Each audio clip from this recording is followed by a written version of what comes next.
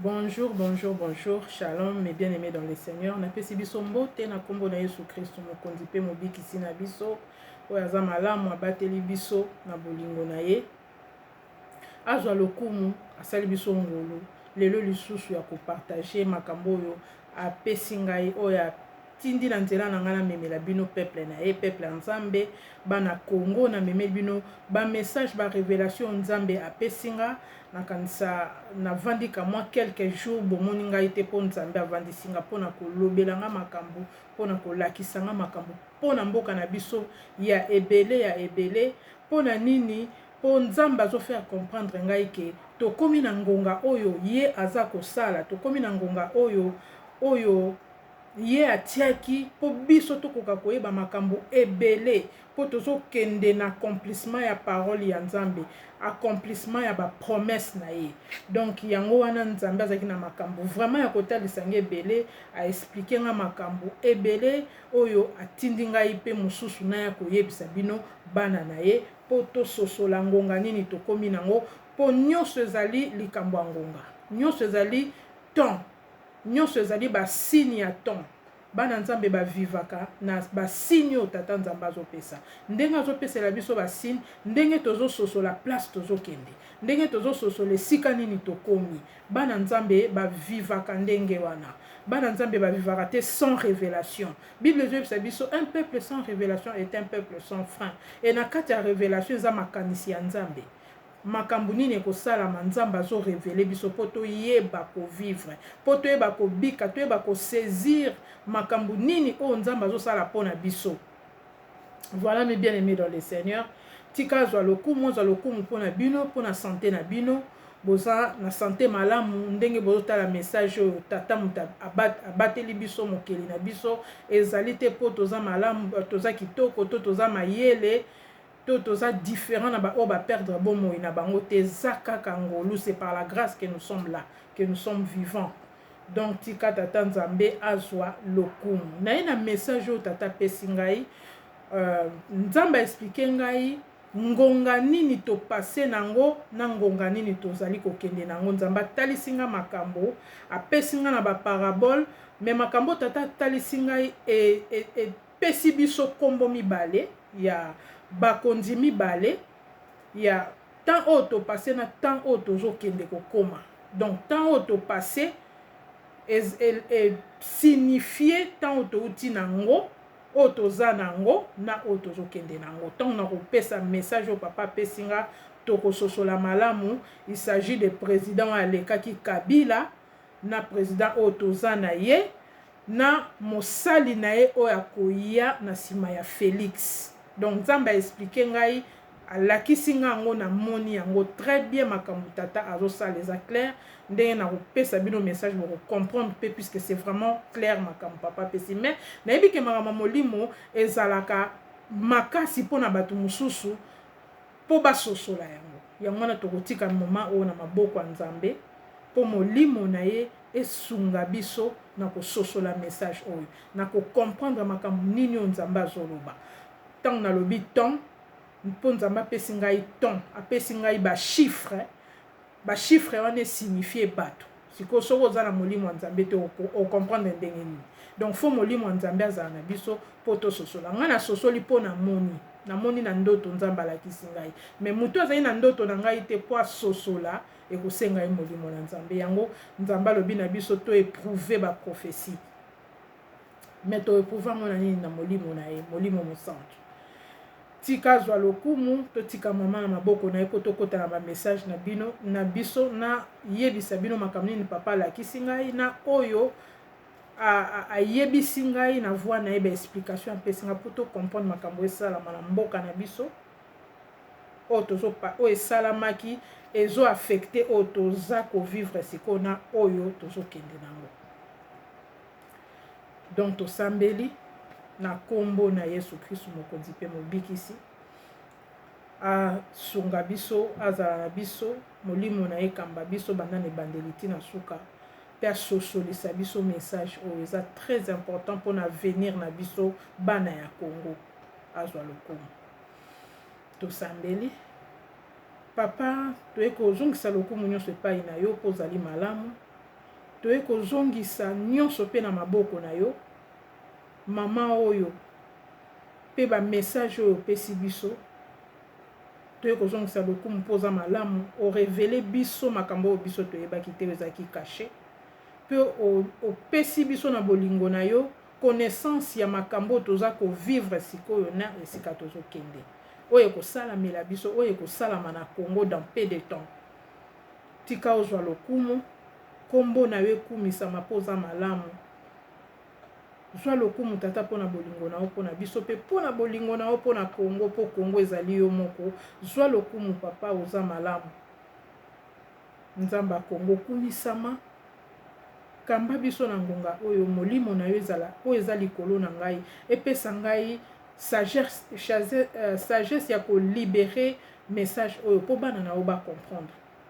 pe opesa bango pe sagesse na molimo na yo mpo basosola bayamba message oyo badiscerne yango que le Saint-Esprit nous aide asunga biso na kocomprendre message oyo na kotia yango na misala oyo sengi biso.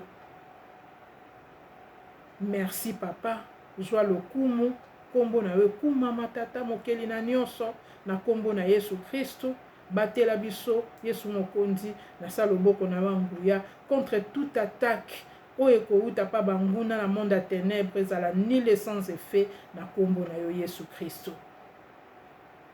Bomba bana na yo bazolanda message oyo protéger bango pe pambola bango na nyonso na pamboli mwana nzambe nyonso oyo azolanda message oyo toza elongo oyo tozozela accomplissement ya makambo oyo lobi na kombo na yo Yesu Kristo. Amen. Donc voilà, mes bien-aimés dans le Seigneur, nazwi ba message au papa pesingai na bandino na message oyo puisque il y a quelques messages au papa pesinga pona mboka na biso makambo tozomona nyonso ezosalama na mboka na biso nde nalobaki na video oyo eleki nyonso eza accomplissement ya parole ya nzambe na biso il faut ekokisama eza accomplissement ya parole na ye oyo alobaki ekoleka te il faut esalama makambo tozosala tozokende na deuxième indépendance tozokende na indépendance délivrance ya mboka na biso donc makambo nzambe alobaki c'est ce que nous vivons. Alors nzambe ayekolakisa nga makambo o na kotina na message oyo eza peut-être message ya mibale ou bien misatu na ebite mais nazwi message opona ke na ona ordre po tokoka kososola makambo zo salama na mboka na biso po embrouiller biso te. Donc nzambe azolakisa nga na butu ya le 11 juillet ya le 11 ya mois oyo nzambe azolakisa ngai na lali na butu wana nayoki liboso nayoki voix audible ya nzambe nayoki mongongo ya nzambe bandi koloba na nga boye nazwa ba mot exact oyo nayokaki azoloba na nga boye en ces mots: le pays après lui devrait s'endormir. Le pays après lui devrait s'endormir, devrait s'endormir pendant 17 ans et se réveiller après 23 ans. Et il ajoute, tous ceux qui ne me connaissent pas ne sont pas les hommes. Abakisi na lingala bazali batute. Wana na maloba oyo ye ayebisinga o na yoki na matoi na ngala butu wana. Alors nabandi kotuna na maloba na nga kaka na ndoto nazotuna. Na comprendre te 17 ans le pays devrait s'endormir depuis 17 ans et se réveiller après 23 ans. Pourquoi? Je n'ai pas compris. Na comprendre te 17 ans na 23 ans na comprendre te. Alors abandi koyebisanga boy. 17 ans après lui le pays devrait s'endormir. 17 ans ils ont représenté Kabila. 17 ans ils ont représenté Kabila. Oui, et pourtant Kabila sali 18 ans, nayebi déjà makanisi na yo asali ki 18 ans na pouvoir. 17 ans o nzamba zolo belanga ezali 17 ans ya Kabila. O Kabila salaki na mboka na biso na Congo, o azaki mukonzi na mboka na biso. 17 ans après lui. devrait s'endormir pour se réveiller et se réveiller après 23 ans. 23 ans wana ezali 18 ans ya Kabila na 5 ans ya Félix. Nzambe aza mayele mingi. Apesi nga 17 ans na 23 ans alors ambuya nga na ndoto na comprenaki yango te. Ndenge ni 17. Pour ça epesa nga 18 ans peut-être nga na comprendre ba moki azoba qui parle de Kabila. Mais makambo molimo Nzambe apesaka bilo mo boye po o comprendre que aza Nzambe aza na mayele ndemso. Aza na ba calcul moko yom to saisir en mbala morte. Il faut discernement. Alors alobi nanga 17 ans wana ezali 17 ans ya Kabila mélangé na 5 ans ya Félix yango esali 23 ans. Donc après 23 ans le pays doit se réveiller. Le pays doit se réveiller 23 ans après. 17 ans et se réveiller après 23 ans. Ça veut dire 18 ans, il y a Félix, il y a Kabila plus 5 ans. Cela nous fait 23 ans. Tant Nzamba lobi nanga bonde na comprendre.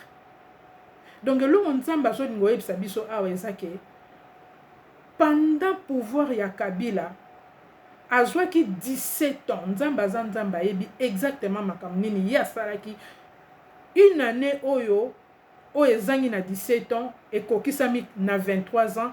Pourquoi? Puisqu'il a pris un temps pour lui pour tout mettre en place pour nako lalisa Congolais, pour nako lalisa mboka. Peuple yemo kwa lalaki, mboka pe lalaki. So totali mentalité, totali comportement, totali makambozo le kanamboka na biso. En tout cas nga na sosoli ke ya solo mboka lalaki pendant 17 ans. Après 23 ans, ce qui veut dire que pendant 23 ans, mboka eza ya rolala. Pendant 23 ans. Donc 17 ans plus 5 ans, on a bangomi balé, baza mutu moko. Et loko Nzamba linga lobananga, to sosola siko makambo Nzamba zoloba. Donc Nzamba zolingo yebisa biso ke 17 ans na 5 ans eze loko moko. 5 ans sali continuité à 18 ans. Donc eza ponanga eza clair. Et là, on comprendre très bien. 17 ans, na 5 ans, basé loko moko. Donc 5 ans, avec ça la continuité à 17 ans. Il y a 18 ans. Ce qui nous fait 23 ans. N'a pas besoin de calculer ma bé. Tu calculer n'est pas amiqué ba calculer. 18 plus 5. 18, 20. 18, 19. 20, 21, 22, 23. 5 ans à Félix. 18 plus 5, ça nous donne 23 ans. Et là, on et ce qui est tellement merveilleux dans le message de Nzamba Pesi, tant que c'est réveillé après 23 ans. Donc, c'est réveillé après 5 ans, il y a Félix. Asali musala na ye ya ko accompagner ya ko compléter loko yo Kabila salakité. Félix. Tango asilisi yango na 5e année na ce qui nous fait 23 ans ya sommeil spirituel mboka elali batu balali Congolais alala kipongi. Mais après 5 ans na totalité à 23 ans des peuples congolais à la muki mboka et la muki. Donc ndenge toza bwenzamba zo yebisa biso ke et réveil nabiso, réveil congolais, et si et komi pembeni. Oui, tozo mona ngo en cours, po na ngai nazo kumisa Nzambe po nga nazo mona réveil wana na misu na ngai. Ça veut dire quoi? Ça veut dire que après mandat il y a Félix comme Nzamba lobi réveil mboka et lamuki, ça veut dire mboka et kangolami après mandat ya Félix.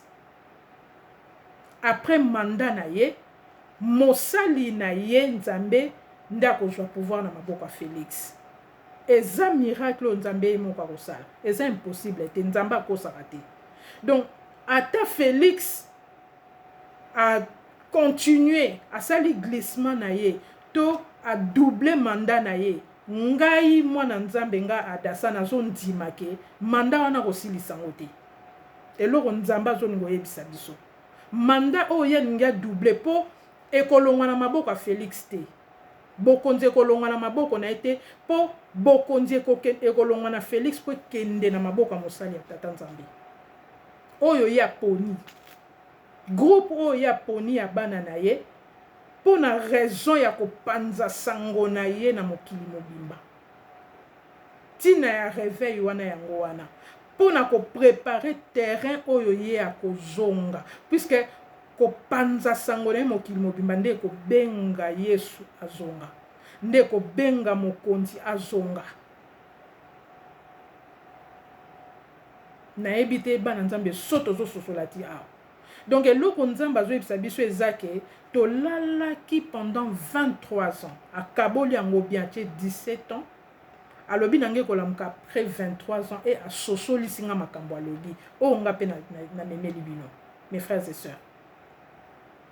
Donc, tout le monde a Félix na pouvoir année prochaine, tout le monde a été, tout sosola été, ezali accomplissement ya Nzambe na biso pour a passer pouvoir. Oui. Nzambe la ki saki nga yango na mona ki yango na misu na ndenga zo passer pouvoir. Na partager message on nécessaire ba moi. Beaucoup de mois, et ça combien de mois. Na mona kiango, na misu na moko. Na moni makambo belé Nzamba la kisinga na misu na moko. Et Nzamba confirmé nga le 11. Donc Nzamba lobi nanga boye. Kolongwa ya Félix na pouvoir na kovanda na eza volonté na ye. Puisque ye kaka mutapesa c'est muta permettra nyonso na mokili. Et ça Nzambe na mboka na biso c'est lui qui permet ces choses. Oui Nzambe na biso a permettre te ba boma biso nde ba boma biso. Mais aloba ki yango ke ba ko boma biso ke toko souffrir. Pourquoi? Puisque nous participons nous-mêmes na passe na biso ba Congolais. Nous sommes hypocrites. Congolais hypocrites. Oui, il y a des Congolais hypocrites, il y a des Congolais traîtres. Bande konanga. Mais bien aimé dans le Seigneur, ceux qui ont papa ya ndaku to mama ya ndaku ozo trahir ndaku na yo ba traître ba okota miyibi ba okota soki yo moko fungoli porte ndaku na yo miyibi ba okota ba yibi ba bomi bana na yo ba saccager ndaku na yo ba bomi mwasi na yo ba violer bana na yo c'est toi biso moko oya fungoli porte ndaku na ye azane loko ko se plaindre même pas parce que yim ta fungoli porte. Mais pourquoi tu opères sa faute na Nzambe? Soki to tourner mon Congo na Nzambe, so to bosani Nzambe. Bamboka mususu basakana nango. Peut-être, mais Congo te. Pour Congo eza mboka Nzambe.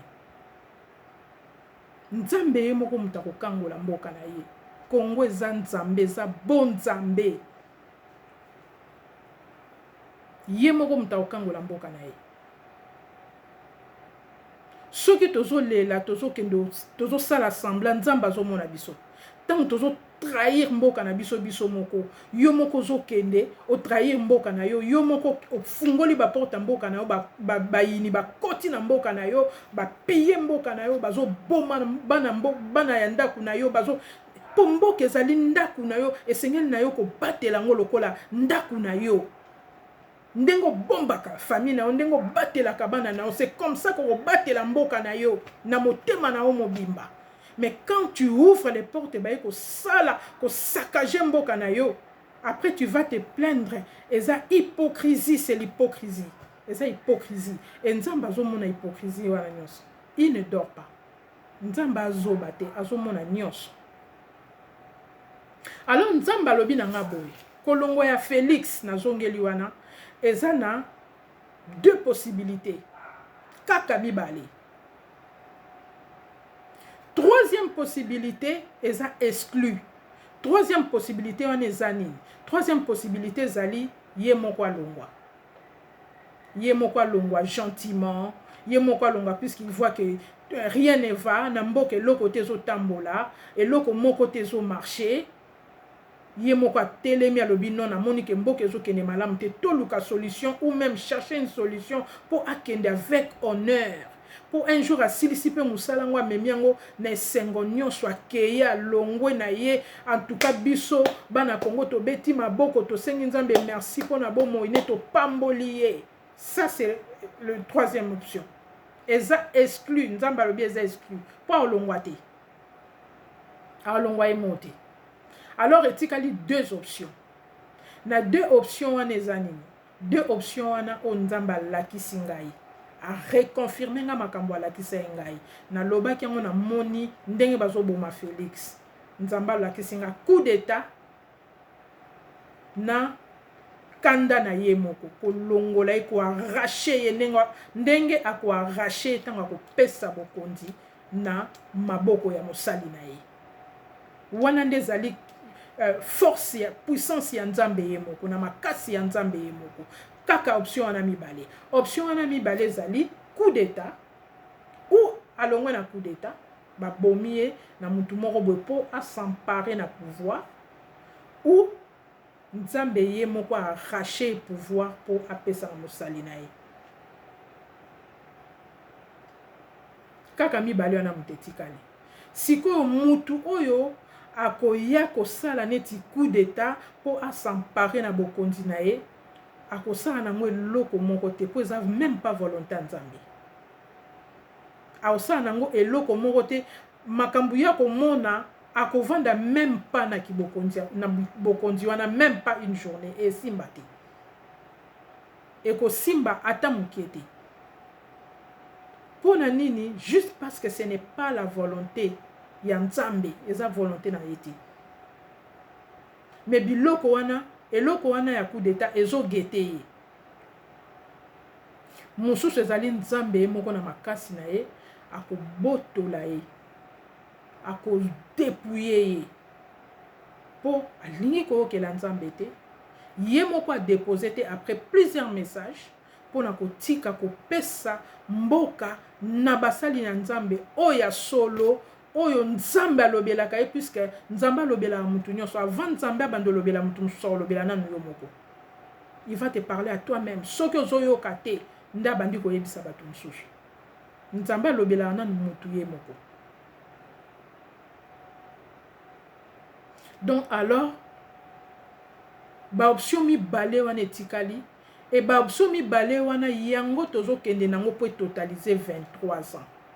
23 ans wana soki ekoki mboka elamuki malamu po nzambe ye moko kosalisa makambo minene, et 23e année wana c'est l'année prochaine, eza 2023. Comme par hasard, eza hasard te, eza makambo nzambe asalaki, asa planifiaki. Nzambe ayebi nyonso, nzambe ayebi Félix, ayebi Kabila, ayebi Bakagame, ayebi tout le monde, ayebi biso. Oh tozo sala siko nga pe nazo sala de sa part siko azomona nga azoyoka ngai. Et kokoka année prochaine, eza année ni année prochaine, eza année na bango soi-disant ba élection, soi-disant ba glissement, soi-disant mususu bangi ba telema basala ba coup d'état, mais nzamba azomona nyonso wana. Nyonso ne kobima bango moko na mobulu ezali nettoyage nzamba kosala po batu bakokweya. Po nini? Po baboyi koyoka mongongo nzambe ko se repentir na kimia. Balingi makila esopana, balingi kanda ya nzambe e agir. Yango makambo nzambe alakisi ngai, nzamba sosolisi nga pesi nga basini oyo tozokende tito koma na 2023. 2023 ne ça la totalité ya 23 ans. Pona nini eza vraiment grave, nzamba ko sarate po c'est eza image ya une même personne, 17 na 5 et ça biso 23 ans. Nzamba sangisi yango. Donc eza 5 ans, eza continuité ya 18 ans. Ce qui nous fait 23 ans. Nzamba zui inane wana pona ko sosolisa biso ki asala ki makambo. Bazana misala na bango basala ka banzela na bango bakotaka. Biloko nyonso bametaka en place pona ko endormir tout un peuple, ko tia peuple mobimba na prison. Na kolalisa peuple mobimba na tonga spirituel. Na tonga ya pongi.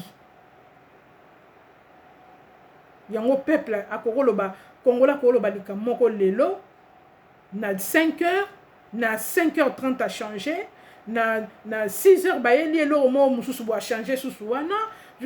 Donc confusion na mitu ya peuple congolais. bazolanda nzela o penza bazolanda mutakoko landa zomona ke il n'y a pas d'ici na nzela wana. Donc oso comprendre batute confusion wana nyo surtout tout ça c'est tourné en rond et ça perd ya temps. Et la preuve est là que c'est plus grave pour moi que Congolais ont un problème sérieux. On zamba so senga biso aokeli biso mawa par sa grâce il est en train de nous réveiller pour biso moko to kokate na makasi na biso ko lamuka biso moko to zana miso monate et nous continuons à prier pour ceux qui dorment encore. Et là que ça grave o eza tellement grave o ngai moko elekeli ngai na makambo nzambe tata la kisinga eza ke eza ko mona Congolais azokumisa Kabila. Congolais a kumisi Kabila beteli maboko. Abi Raïs azonga kokamwa. Donc ngai makambo nzamba zo la kisanga malamu ke oui Congolais il est manipulé jusqu'à l'os. Congolais a endormi. Tonga wana na ebité eza ya degré nini la bisi Congolais pongi ya mulai boui. Mais comme Nzamba pesaki liloba na ye alobi yemoko alobi il va se réveiller après 23 ans. Se réveiller après 23 ans. 17 plus 18 plus 5. Alobi 17 ans il va s'endormir, il va se réveiller après 23 ans. Qui représente 2 temps, 2 personnes, mais qui forment une seule personne, qui ont une seule même idée. Idée zaïkara moko ya ko accompagner. Alors, Nzamba lobi na biso boye. Na suka Nzamba yo loba na ngai boye. Na loba ki ne bandelia, il ajoute tous ceux qui ne me connaissent pas ne sont pas des hommes, bazali batute. Tous ceux qui ne connaissent pas mukolo ya mboka wana. Nzambe ya mboka wana. Ya Congo o ya mboka wana. Ba o nyoso tu ba yebi ete. Ba o nyoso ba yebi ete bazali batute. Lingi kolakisa bazalo ko bato akokufa. E na miso Nzambe baza ndenge moka na bato o kanda Nzambe za likolo na bango. O ba ozala détruit na kanda ya Nzambe. Ba o nyoso bazo renier kombo na Yesu Kristo. Ba o nyoso bazo renier kombo na ye. Mes frères et sœurs na bino ya solo Nzamba pesinga ba kombo ya bato. Mais na terre ba kombo wana. O bazo renier eza ya lelote na loba on lelote. Na kaboli pena message on a posé un message munene. Makambo na zolo ba Nzamba zo kanga. Nzamba lo bien le alakela mamabe o yazo kosa na kombo na ye. Mais na za sagesse na tiango na message mususu oyo ko correspondre na message wana papa pesi par rapport à bakombo wana pesi to bongo la motema po mokonzi ya mboka wana azoya kokangola mboka na ye alobi bien que to komi pembeni to si to lamuki oya pesi bokonzi po a remettre na mosali na ye ata to moni ye a doubler mandat to yeba yango ke Félix akosilisa mandat na ye te ekosila te et puis akopesa ngo na mututa akopesa ngo na maboko ya mosali ya Nzambe tata bato bazo renier Nzambe na pesi biso nano verset nano Nzamba lobaki na tangela bino bana na ye eza Ecclésiaste 3. Ecclésiaste 3 elobi na biso boye nazo tanga ngo na kombo na Yesu Kristo. Na tangi na kombo na Yesu mokonzi. Il y a un temps pour tout. Un temps pour toutes choses. Sous les cieux. Et sous les cieux. Un temps pour naître. Un temps pour mourir. Un temps pour planter. Et un temps pour arracher ce qui a été planté. Un temps pour tuer. Et un temps pour guérir. Un temps pour abattre et un temps pour bâtir, un temps pour pleurer, Un temps pour pleurer et un temps pour rire. Un temps pour se lamenter et un temps pour danser. Un temps pour lancer des pierres et un temps pour ramasser des pierres. Un temps pour embrasser et un temps pour s'éloigner. S'éloigner des embrassements. Un temps pour perdre et un temps pour garder. Et un temps pour déchirer et un temps pour coudre. Un temps pour se taire. Un temps pour parler. Un temps pour aimer et un temps pour haïr. Waouh! Un temps pour la guerre, un temps pour la guerre et un temps pour la paix. Na kiti muki alobi na biso boye. Dieu fait toutes choses belles en son temps. Alobaki nanga nzambe ntango. Alobaki nanga bongo pena na ndoto na Kikongo na yeko sosola keza Kikongo et na yebi ke eza temps. Alobaki nanga nzambe ya tangu pe ya ngonga. Yango Ecclésiaste 3 yebisi biso na bakisi awa pona bae oyo nzamba tindeli message ba o bazo renier o ba omona bo kontina ete o ba ko profiter na héritage ya Congo te bae ba yango ezanga te mutna lobi yango eza tata nzambe mutalobi yango.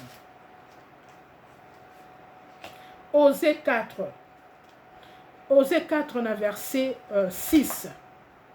Et le bin biso boye. Mon peuple est détruit parce qu'il lui manque la connaissance. Puisque tu as rejeté la connaissance, je te rejetterai.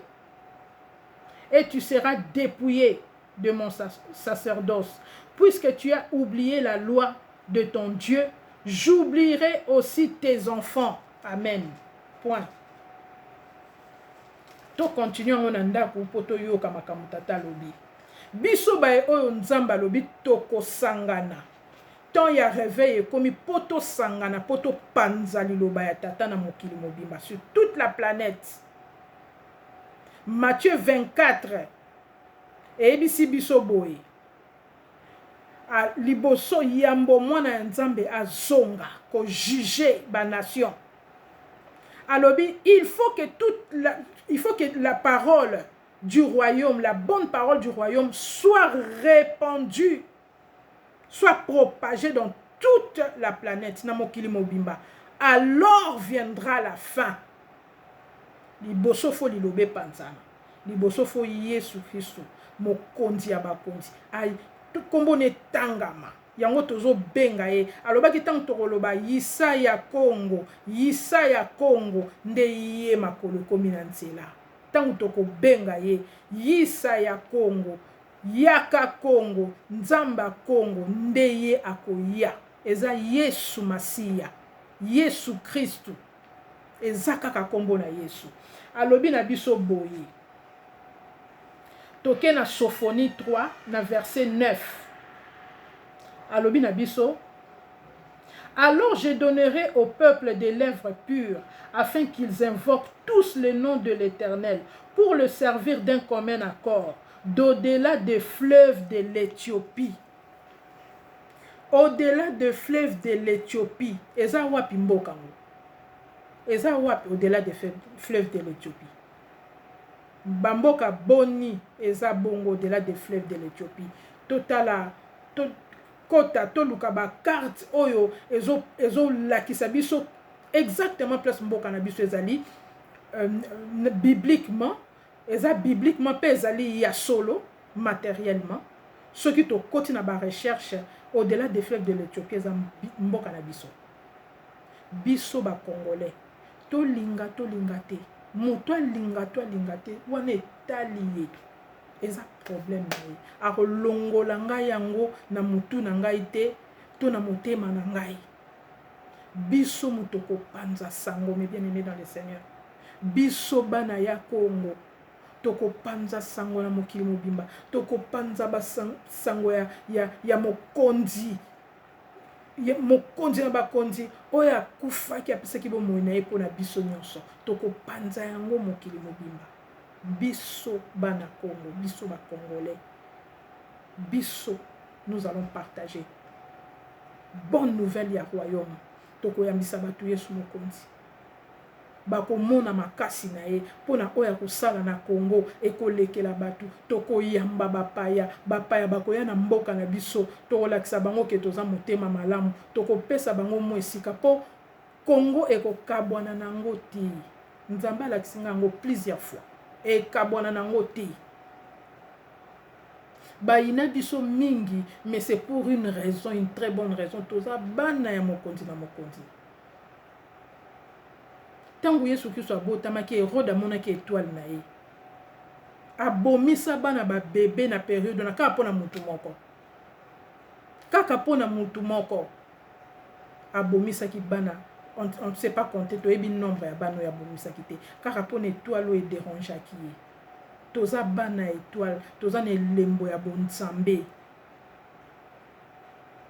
biso nde tokopanza sango ya nzambe na biso tokolakisa ye na mokili mobimba oyo akosalela biso ekotémoigner déjà puissance na ye mboka na biso eza indivisible to mutu akokabola yango aza te tokopanza sango tokoyamba bapaya mpo bayamba nzambe na biso nzambe ayebi oyo ye aponi oyo ye asali grâce mais eza mawa na biso moko bana na ye oyo toza na bokabwani tozo renie ye toyambi nanu ye te ndeko soko oyamba Yesu Kristo te yamba Yesu Kristo en dehors ya Yesu Kristo nzambe azali te